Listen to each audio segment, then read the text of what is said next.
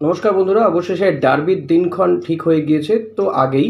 এবার ডার্বি কোথায় হবে, কারণ কলকাতাতে ডার্বি হবে না, অনুমতি দেয়নি রাজ্য সরকার গঙ্গাসাগর মেলার কারণে।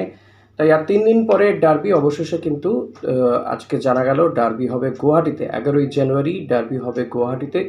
যদিও ইস্টবেঙ্গলের একটা অভিযোগ ছিল যে তাদের জন্য সেভাবে মোহনবাগান কর্তৃপক্ষের, যেহেতু এটা হোম ম্যাচ, তো তাদেরকেই গোটা বিষয়টি ব্যবস্থাপনা করতে হয়। তো হোটেল বুকিং থেকে শুরু করে বিভিন্ন ইস্যুতে এটা মোহনবাগানের বিরুদ্ধে অভিযোগ ছিল, কিন্তু সেই সমস্ত অভিযোগ মোহনবাগান উড়িয়ে দিয়েছে। এবং এই ডার্বি কোথায় হবে, আদৌ 11ই জানুয়ারিই হবে কিনা, এটা নিয়ে একটা উৎকণ্ঠা ছিল। আমি আমার একটা ভিডিওতে আপনাদেরকে জানিয়েছিলাম যে গুয়াহাটিতে ডার্বি হওয়ার সম্ভাবনা অনেকটাই বেড়ে গিয়েছে, কারণ জামশেদপুর যেহেতু আয়োজন করতে পারবে না, তারা আগেই বলে দিয়েছিল।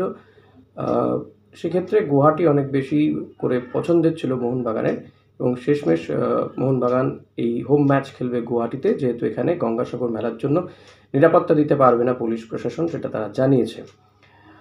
ডার্বি মোহনবাগান খেলতে নামবে হায়দ্রাবাদের বিরুদ্ধে। বড় ম্যাচ জিতে তারা, বড় ব্যবধানে ম্যাচ জিতে তারা ডার্বি খেলতে নামবে। এবং মোহনবাগান এমনিতেই আত্মবিশ্বাসে টকবক করে ফুটছে, কারণ আইএসএলের লিগ টেবিলে তারা 1 নম্বরে রয়েছে। 14 ম্যাচে তাদের বিপুল পয়েন্ট, 32 পয়েন্ট।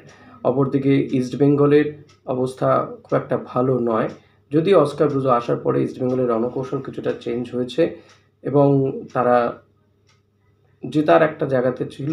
কয়েকটা ম্যাচ যারা জিতেছে, ড্র হয়েছে। লাস্ট ম্যাচ যদিও তারা হেরে গিয়েছে মুম্বাইয়ের বিরুদ্ধে 3-2 গোলে।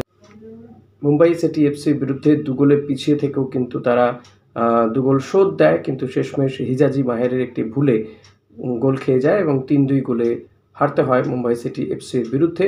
তো এই ম্যাচ হেরে তারা ডার্বি খেলতে নামবে। ফলত মোহনবাগান যেখানে আত্মবিশ্বাসে টকবক করে ফুটছে, তখন কিছুটা ব্যাকফুটের থেকেই ইস্টবেঙ্গল এই ম্যাচ খেলতে নামছে, এবং দেখা যাবে যে মোহনবাগান বা ইস্টবেঙ্গলের রণকৌশল কী হতে পারে। এবং এই রণকৌশলের ভর করেই কিন্তু ম্যাচ বের করে নিয়ে যেতে পারেন যে কোনো কোচ, কারণ ডার্বির আবেগ আলাদা, ডার্বির উত্তেজনা আলাদা থাকে। যদি সেটা কলকাতায় হতো, নিঃসন্দেহে সেটার একটা আলাদা গুরুত্বই থাকতো।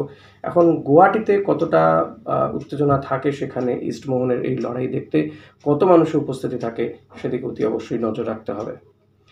দেখা যাক পরবর্তী কোনো ভিডিওতে এই ম্যাচের কি কোথায় এগিয়ে, কোথায় দুর্বলতা, এই সমস্ত বিষয়গুলো নিয়ে আলোচনা হবে। এই ভিডিও এখানেই শেষ করছি। ভিডিওটি ভালো লাগলে লাইক করুন, শেয়ার করবেন, সাবস্ক্রাইব করে নেবেন যদি আপনি চ্যানেলে নতুন হন।